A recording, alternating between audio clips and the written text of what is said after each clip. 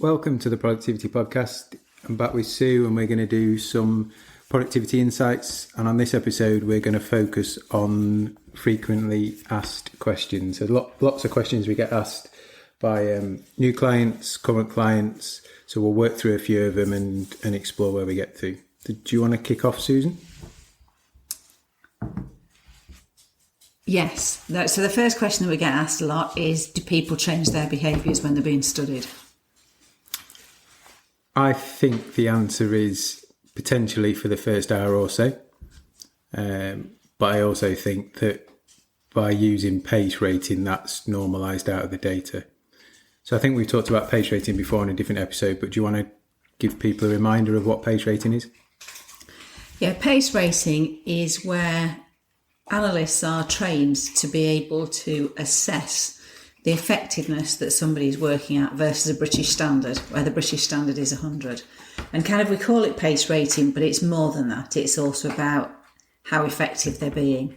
So, for example, if I'm walking at a good pace, but I'm carrying something and spilling a load of it, then I'd be down rated because from an effective point of view, I might be going quickly, but I'm not doing a good job of it. So pace is then used to normalise things. So I think sometimes people have concerns that do people perhaps slow down when they're being timed to make things look like they take longer? Well, again, the pace rating would pick that up, because if somebody's working at 80, then actually when we then do the analysis, it's then normalised back as if it was 100. The only people that you perhaps wouldn't want to study in that way would be if they're going slower because they're new in the training.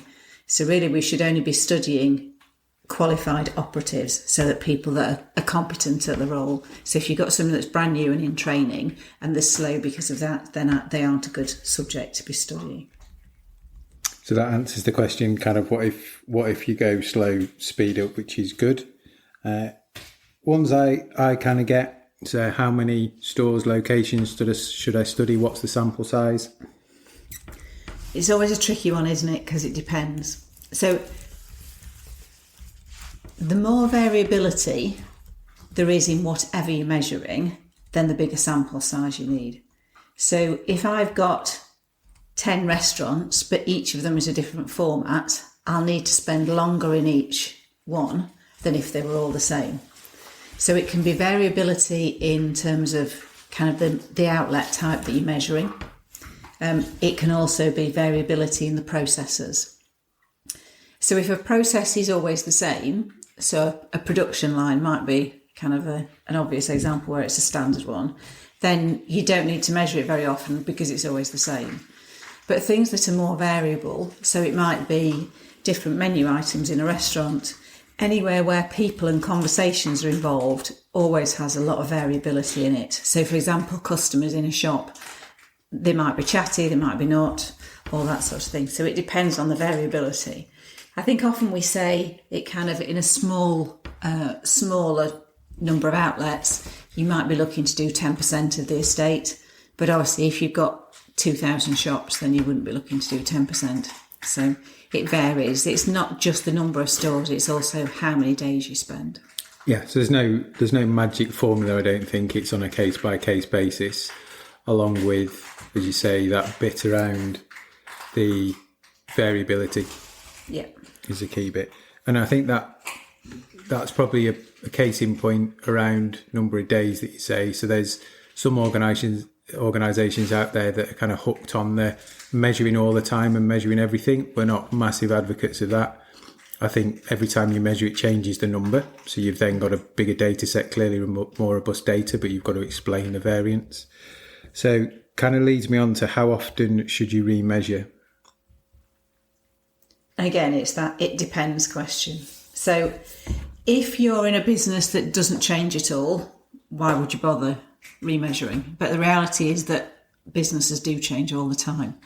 So if you assume that somebody's done a sort of a big wholesale measure of most of the processes, you can then just follow it up. So if you change one part of your operation, you can just follow it up by measuring just that one part. And that can be a very good way to see how change is working and identifying other ways to optimise it. Generally, most people would want to rebase their numbers a maximum of kind of 3 to 4 years. Yep. Because things do just change. Yeah, well, if customers and people change, if nothing else. Yeah, and if you think what happened pre and post pandemic, there was a massive change there, wasn't there? So, interesting. So more than just times. Again, I speak to people and they say I got handed this spreadsheet or I got given this pie chart. That's great. There must be more to it, and my answer is always absolutely there is. Yeah. So just talk to us a bit about insight around some of the studies. So we always like to do more than just give over the data to people. So yes, people can have the raw data and go through it as kind of anybody else would provide to them. What we then try to do is then say, well, from that data, this is what it's telling you. This is why. This is the data that supports that. And as a result of that, here are the quantified opportunities of things that you could do. And here are some ideas that you might like to look at. So we'll always try and take it further. Partly there's lots of richness in the data. So there's the different study types, but all of them have got a degree of richness in that we can get to partly through benchmarking, because we've got some great data sets that we can benchmark against. But we also like to combine it with the observations that our analysts make on site. You know, they're all trained observers and they spot things that perhaps you wouldn't show up in the data. And I think it's like kind of some of the data that you may get presented, it's like having the book and the chapters, but then no words in each chapter. The insight gives you the richness and all the detail underneath. Yeah, unless it's made actionable for you, then actually it's always quite a challenge. And although we deal with this sort of data all the time, the majority of people don't. You know, it's something that's different and new, and anything that we can do to help people get the most out of it is a positive thing. Brilliant.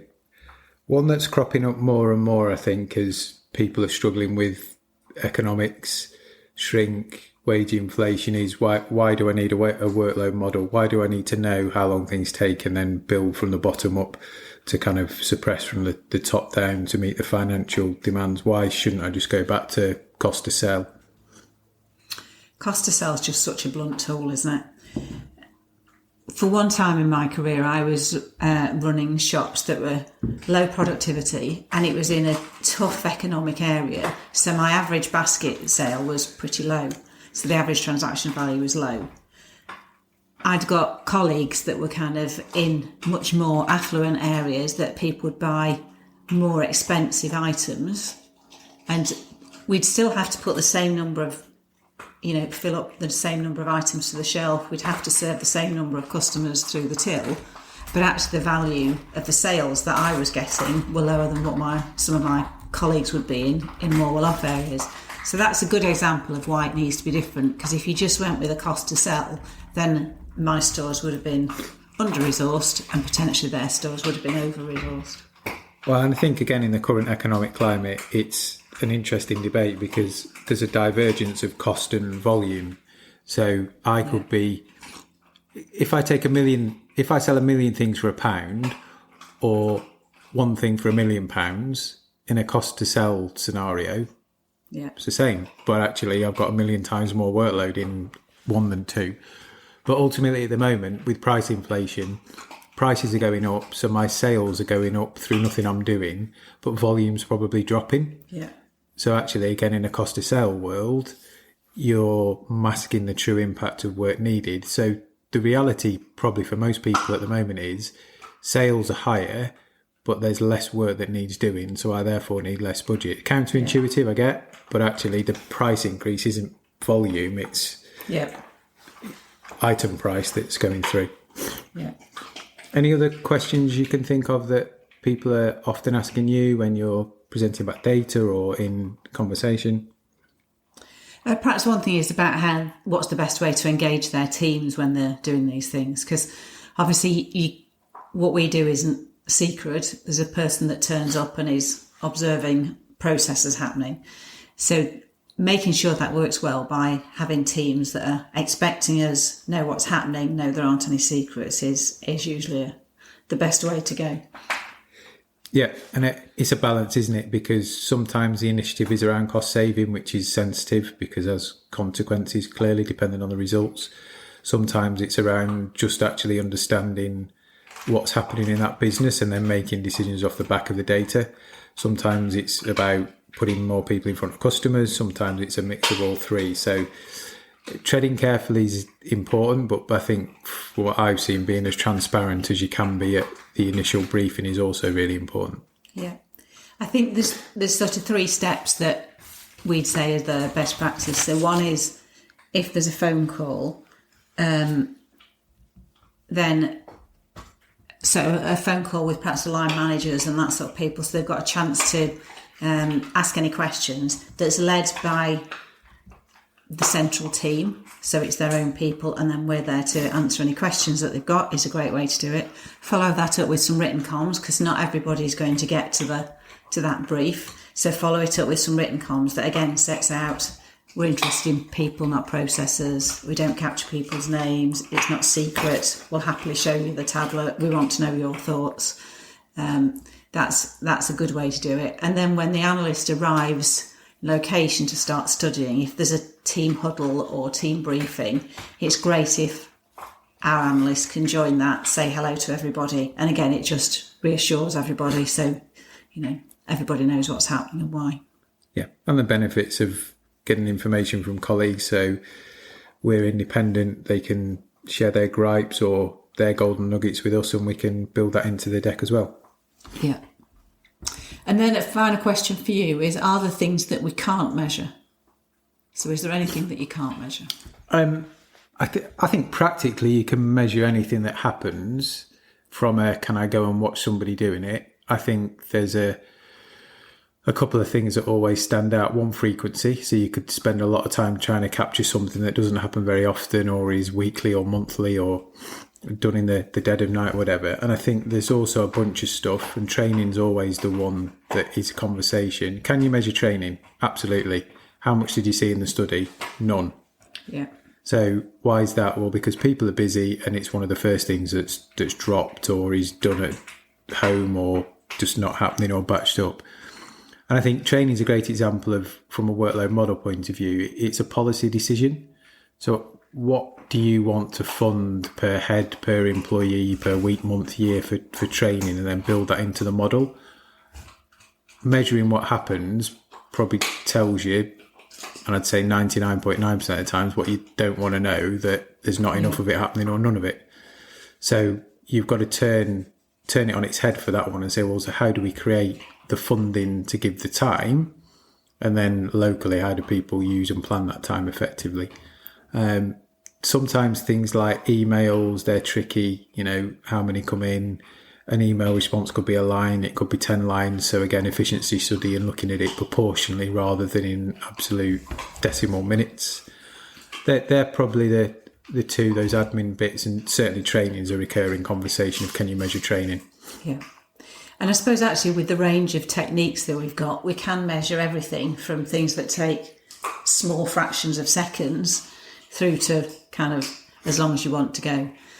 I guess some of the things that you perhaps, even production lines and that sort of thing, there's really easy ways, videoing and then looking at those. So I think most things, unless it was something that, happened over a year or something like that, like you say, low frequency, things that don't happen very often over a really prolonged period of time, then they can be trickier to do. Yeah, and I think there's some other tricky bits around processes that are, so if you think of a sales process, sometimes you might speak to the customer, and I'm talking in a high-end furniture world, you might speak to the customer in January, they might then decide to buy it in April, and they might then have delivery in August.